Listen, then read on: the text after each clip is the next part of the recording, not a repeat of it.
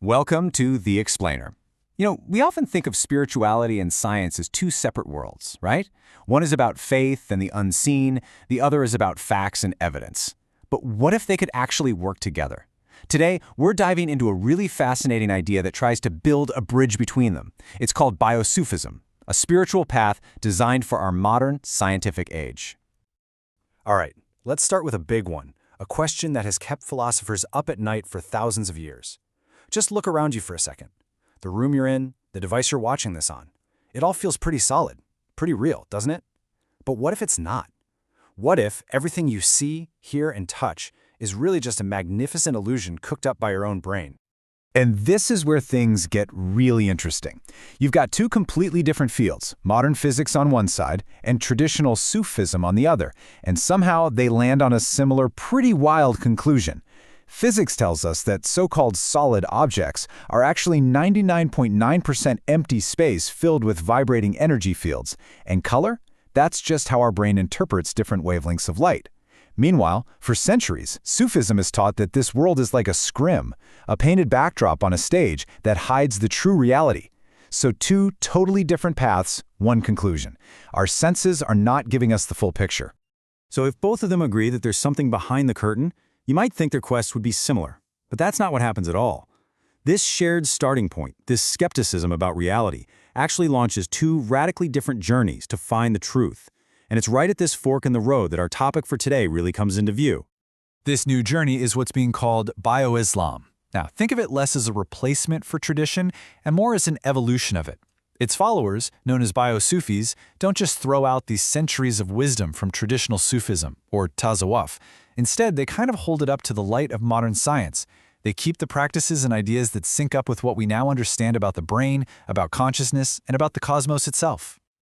Okay, so here's how we're going to break this all down. First, we'll look at the common ground, the shared problem they're both trying to solve. Then, we'll see exactly where their paths split. After that, we'll get into this really important mystical idea called kashf and see what neuroscience might have to say about it.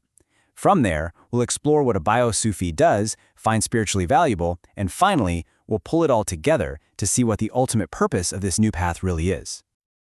All right, section 1. So, what's the big problem that both traditional Sufis and these new BioSufis are trying to solve in the first place? Why the need for a spiritual ladder at all? It all comes down to this core idea that the human condition is, well, it's tough. The source material calls it tragic.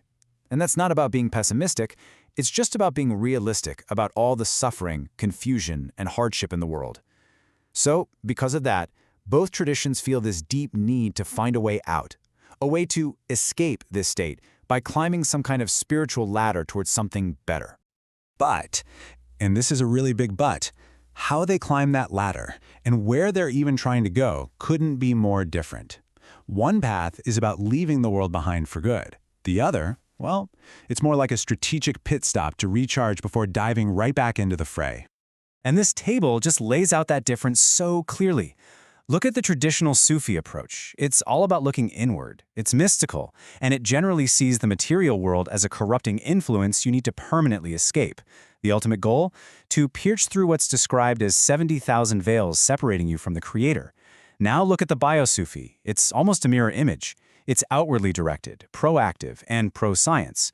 The world isn't something to be abandoned. It's something that can be improved. That escape, then, is just temporary. It's a way to recharge before you get back to work. For the traditional Sufi, it's like we're all actors in a play, and the world we see is just the painted scenery, that scrim. It's not the real deal. And the whole point of the spiritual quest, as this quote says, is to poke holes in that scenery, to pierce those veils, one by one, to get closer to what's truly real behind it all. The BioSufi, on the other hand, takes that whole idea of escape and gives it a totally new job. It's not about leaving the stage for good. It's more like stepping into the wings for a minute, to catch your breath, gather your thoughts, and then get right back out there, ready to engage with science, with the world's real problems, but this time with more energy and a clearer head. Okay, so this brings us to a really key concept. We're talking about the ultimate goal, the final destination for the traditional Sufi. And this is where you really see the stark difference between the two paths. We're talking about a state called kashf. So, kashf. This is not just a little aha moment. This is described as a total, complete unveiling of supernatural mysteries. It's the idea that you can finally pierce that last veil and achieve a direct perception of the divine, of a reality beyond our own. It's the absolute peak of that mystical mountain. But if you're a bio-Sufi and your worldview is grounded in science, you hear that and you naturally start asking some questions. Is this experience really a supernatural event? Or could it be a profound, incredible, but ultimately natural state of human consciousness, something that's actually happening inside the brain?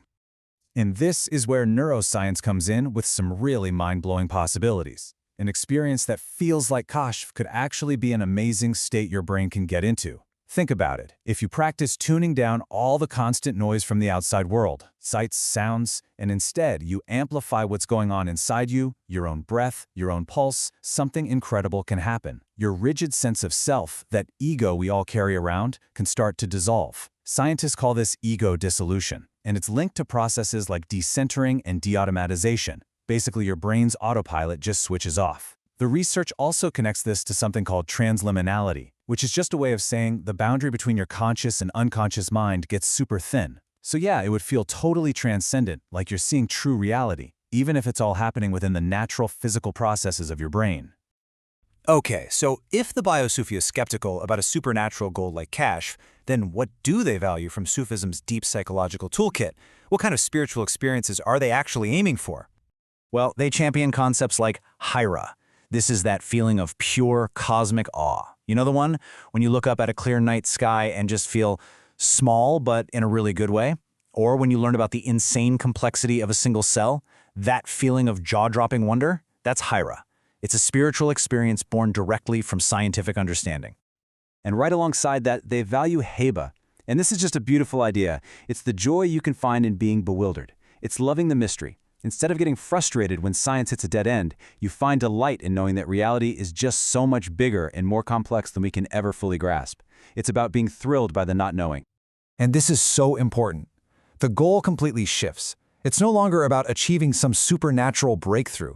Instead, the focus is on cultivating these really healthy, powerful psychological states for their own sake. Haira and haiba give you perspective. They make you humble. They spark your curiosity. They are valuable experiences, period. And they fit perfectly within a rational, scientific worldview.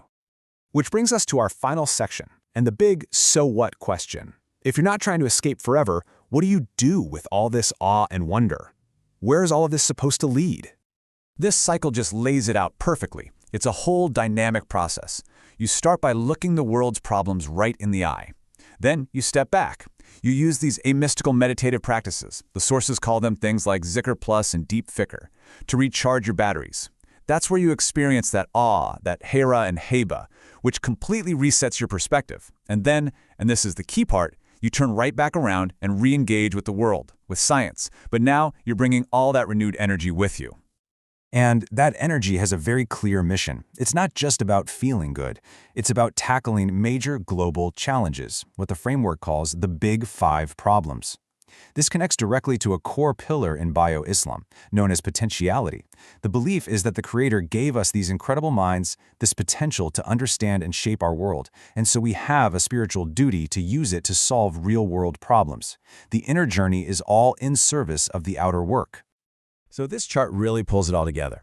You've got three different ways of dealing with the pressures of life. A die-hard materialist might just recharge with secular things like art or sports. The traditional Sufi undertakes a mystical retreat to get away from the world.